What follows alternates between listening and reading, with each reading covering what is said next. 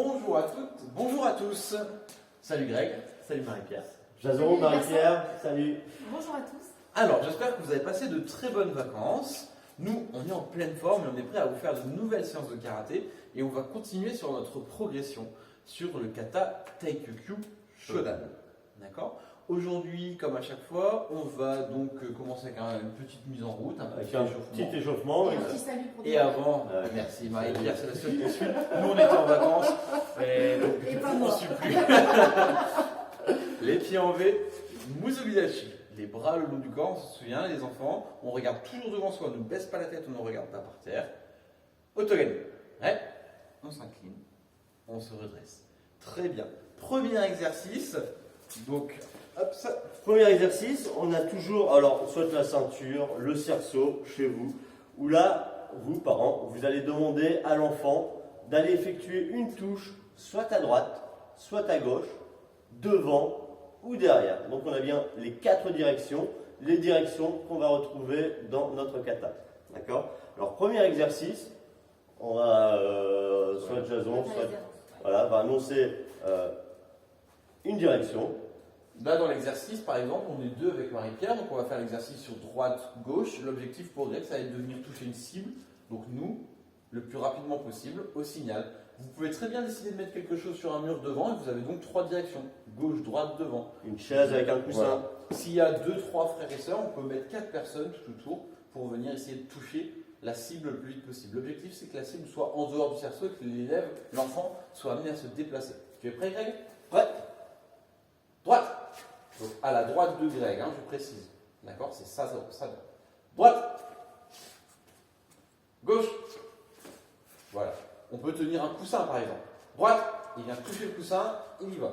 Devant. Hop, on vient toucher une cible devant. Derrière, on vient toucher une cible derrière en prenant bien le contact visuel. C'est bon pour vous? Très bien.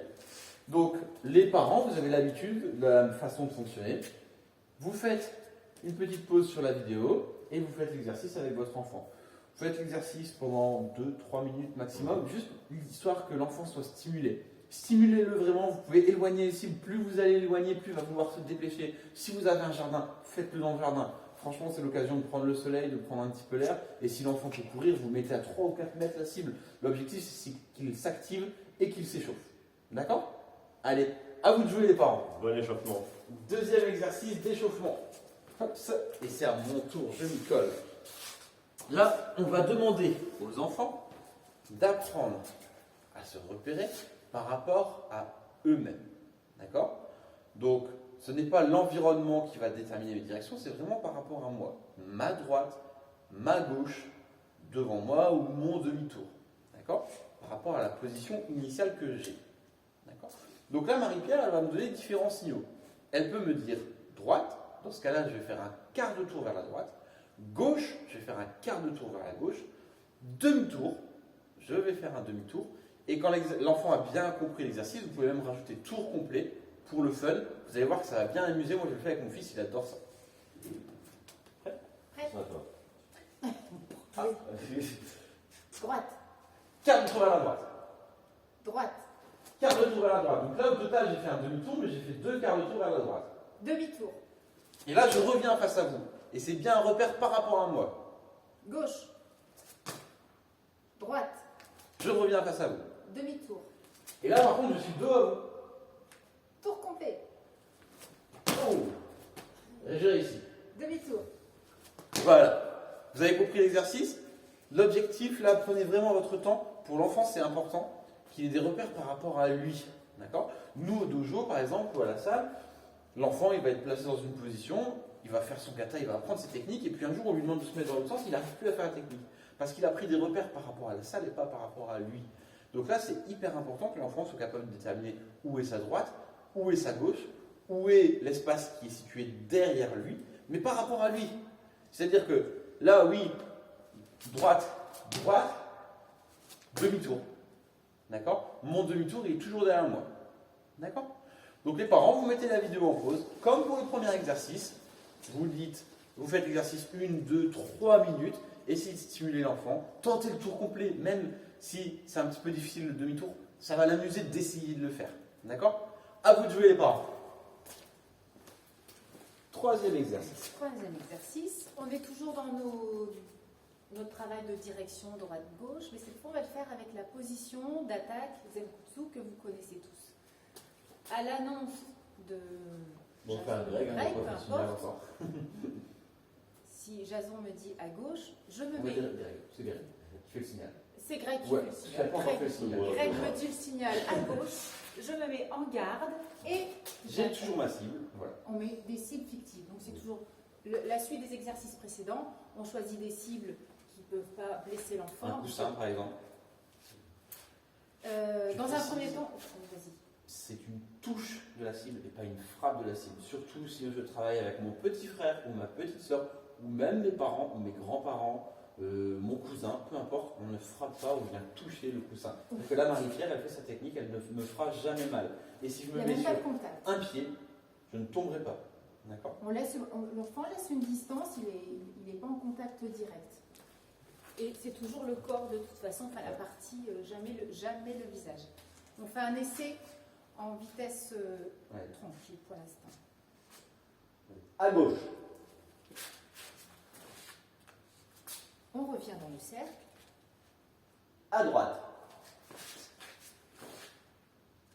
On sort bien le pied du cerceau avant d'attaquer. À droite. Alors bien sûr, les parents, à vous de contrôler la première position où l'enfant doit avoir, ça fait quelques séances qu'on n'a pas répétées, on a à avoir toujours la belle position de karaté avec la jambe bien pliée devant, tendue à l'arrière, le corps face à l'adversaire, la garde, et on attaque avec la même position. Je suis un peu courte, donc je ne suis pas forcément bien tendue derrière. Vous vous entraînez un petit peu, mettez en pause, on va accélérer après, vous allez voir. Très bien. Maintenant, donc là, on a fait une petite transition. Tu veux faire en accéléré? Ok, d'accord. Allez. Je vais le faire en accéléré pour mettre un Très petit bien. peu de stimulation. Vas-y. Là, on l'a fait tranquille, on On l'a l'a fait en partant. On va le faire en un temps maintenant, en vitesse réelle. Voilà. Donc en un temps, on se met en garde et on fait l'attaque tout de suite. Allez, à gauche. Vous avez vu, le timing est beaucoup plus rapide. À gauche. À droite. Voilà, et là, votre enfant, il doit être stimulé. Jouer sur son imagination. À gauche. Il y a un fantôme sur le côté. On va attaquer le fantôme. À droite. Imaginons qu'on a un grand frère ou une grande sœur qui se trouve devant. On peut aussi faire l'exercice devant. Allez, devant. Et si vous avez 4 cibles potentielles, on peut même le faire derrière. Derrière. Et on revient dans le cerceau à chaque fois. Ça va être pas mal ça, Ouais. amusez-vous bien. Très bien. On a fait ce troisième exercice d'échauffement, qui est une transition un petit peu entre l'échauffement et la technique. Lors des dernières séances, on va faire un petit rappel, on avait vu le Taikyoku Shodan avec des phases intermédiaires. Donc, on me donnait un signal, je faisais un déplacement et une technique. Donc, Marie-Pierre, tu peux me donner le signal Ichi, Sanchi, quand tu veux. Itch. Je viens sortir la jambe gauche, défendre Guélène Baraille en regardant bien devant moi. Deuxième signal. Ni. Ni. Ça, c'est ce qu'on faisait la semaine dernière. Enfin, avant les vacances. Itch. Mais là, je revenais dans le cerceau, Ni. je revenais à ma position de départ, et je faisais la même chose à droite. Itch. Je bloque, Ni. j'attaque, Itch. et je reviens dans le cerceau. Ça, c'est ce qu'on avait fait jusqu'à maintenant. Maintenant, on va complexifier un petit peu l'exercice. On imagine, je suis au Japon, des samouraïs m'attaquent. Je fais ma défense, je contre-attaque. Je ne vais pas marquer de pause ici. Je ne vais pas revenir là pour redéfendre par là. Parce que ça veut dire, quand je reviens, qu'il y a un autre samouraï qui vient m'attaquer derrière moi. Maintenant, on va supprimer ce temps intermédiaire pour tout de suite venir défendre de l'autre côté. Et vous allez voir que ça paraît être une petite différence, mais lorsqu'on va faire la technique, ça va tout changer pour l'enfant. Donc, premier signal, Itch. toujours la même chose, rien n'a changé. Ni. Deuxième signal, rien n'a changé. Itch. Et là, regardez, je ne repasse pas dans le cerceau. Ni. Et voilà. J'ai fait mes 4 techniques, vous avez vu, je ne suis plus au même endroit. Et c'est normal, d'accord? Par rapport à mes déplacements, le samouraï m'a attaqué, je suis venu défendre tout de suite sans repasser par le cerceau. Je n'ai pas décomposé, j'ai enchaîné. D'accord? C'est ce qu'on appelle un demi-tour. Et c'est un demi-tour qui est très grand. On va expliquer ce qu'il se passe au niveau du corps de l'enfant. Vas-y. Itch. Ma jambe gauche sort avec mon bras gauche qui défend. Ni. Ma jambe droite qui était dans le cerceau avance. Là, regardez, c'est ma jambe droite qui va se déplacer. Ma jambe gauche ne va plus bouger. Elle ne bouge plus, ma jambe droite passe complètement de l'autre côté. Elle a tout traversé. Ici, ma jambe gauche n'a pas bougé, il y a juste eu un pivot. Et regardez bien l'écart de jambes. Jason n'est pas sur la même ligne, il a bien le pied assez écarté de l'autre. Ni. Et dernière technique, on vient attaquer. Quand je reviens en yoï, je suis derrière mon cerceau. Parce que j'ai eu un déplacement. Ici, je suis passé les jambes écartées. Effectivement, je pourrais peut-être revenir dans le cerceau si j'avais les jambes alignées. Ici. Mais là, ce n'est pas le cas. J'ai gardé une position zen kutsudachi correcte avec un écart de jambes suffisant. On fait 2-3 répétitions pour montrer aux enfants. Et puis après, on va donner une petite variante pour complexifier un petit peu l'exercice. Itch.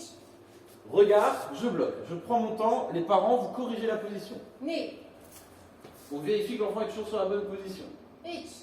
Et là, il n'y a plus de pause. Tout de suite, je viens défendre de l'autre côté. Et ça, c'est difficile parce que le bras, il vient défendre tout de l'autre côté. Ni. Et il vient attaquer.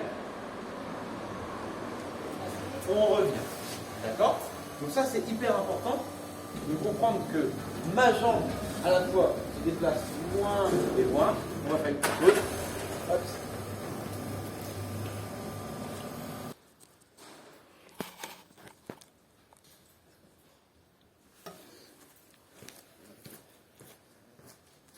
Alors, dans l'exercice qu'on a effectué là, l'enfant travaille sur différentes directions. Les parents, vous mettez comme d'habitude la vidéo en pause pour effectuer l'exercice avec l'enfant. Décomposez bien l'exercice. Il n'y a pas de nécessité de tout de suite faire les 4 techniques d'un coup. Vérifiez chaque technique, une technique à la fois. C'est pour ça que la Marie-Pierre, elle donne le signal à la fois, un signal à la fois. L'enfant, il doit pouvoir corriger si jamais il fait une faute. Si vous laissez une faute sur la première technique, peut-être que sur la deuxième et la troisième, ça va poser problème. D'accord? Donc là, Marie-Pierre, elle me donne le premier signal. Itch. Je viens sortir la jambe du cerceau, je viens bloquer, on vérifie. Ça, c'est pas bon. Ça, c'est bon. Ça, c'est pas bon. Ça, c'est pas bon. Pour le moment, j'ai juste une jambe qui est sortie du cerceau. Le deuxième signal. Ni. Ma jambe droite et mon poing droit se mettent en action pour avancer. À nouveau, mon poing droit et ma jambe droite qui vont se mettre en action pour le troisième signal. Itch. Je passe derrière, je viens bloquer. Mon bras gauche et ma jambe gauche. Ni. Et on attaque. D'accord? Ça, c'est la première phase de l'exercice. Donc, les parents, je vous laisse mettre la vidéo en pause, effectuer l'exercice. Là, je vous conseille de faire au minimum 5 répétitions. Pourquoi 5 répétitions? Parce que ça va permettre à l'enfant de corriger. S'il a bon, c'est pas fini. Il a peut-être eu de la chance la première fois. C'est une réalité. Parfois, ils ont de la chance, ils font bien du premier coup. Il faut qu'ils prennent bien conscience. Donc, un enfant qui va répéter 3 fois correctement le mouvement, c'est un enfant qui a acquis cette connaissance et qui a bien pris conscience de où il se situe. D'accord? Si jamais il se trompe la première fois, il a encore 4 chances pour améliorer et corriger. D'accord? Donc, c'est important qu'il y ait un minimum de 5 répétitions. Après, si l'enfant accroche à l'exercice, vous pouvez effectuer 6, 7, 8, 9, 10 répétitions. D'accord? Allez-y les parents, juste après je vous propose une complexification. Très bien. Maintenant on va complexifier l'exercice. Je vais faire la première répétition dans ce sens-là. Marie-Pierre va me donner le signal. Itch. Je bloque. Ni. J'attaque. Itch. Je bloque. Ni. J'attaque. On revient. Et maintenant, les parents, vous allez donner une autre direction à votre enfant. Vous allez lui demander de tourner ma quart de tour vers la droite, par exemple, ou d'un demi-tour. Vous vous souvenez de l'exercice qu'on a fait à l'échauffement? Droite, je fais un quart de tour vers la droite. demi-tour, je fais un demi-tour. Et bien là, l'enfant il va devoir faire exactement la même chose, mais avec un environnement qui a pivoté autour de lui. D'accord? Donc on va faire avec un quart de tour vers la gauche, par exemple. H. Je descends à gauche, Ni. c'est toujours vers ma gauche. H. Je viens bloquer Ni. et je viens attaquer. Et si je reviens, c'est face à mon point de départ, toujours. Et là, ça ne vous paraît pas grand-chose, mais pour l'enfant, on a considérablement complexifié l'exercice. Ce n'est plus du tout le même exercice. Parce que l'enfant, il n'a plus les mêmes repères. Si par exemple, vous avez mis la vidéo qu'il est en train de regarder là face à lui, quand il fait l'exercice, maintenant pour lui, s'il se met comme ça, c'est plus la même chose. D'accord? Donc ça, c'est très important pour lui. Très bien. Les parents, je vous laisse mettre la vidéo en pause et effectuer l'exercice avec votre enfant.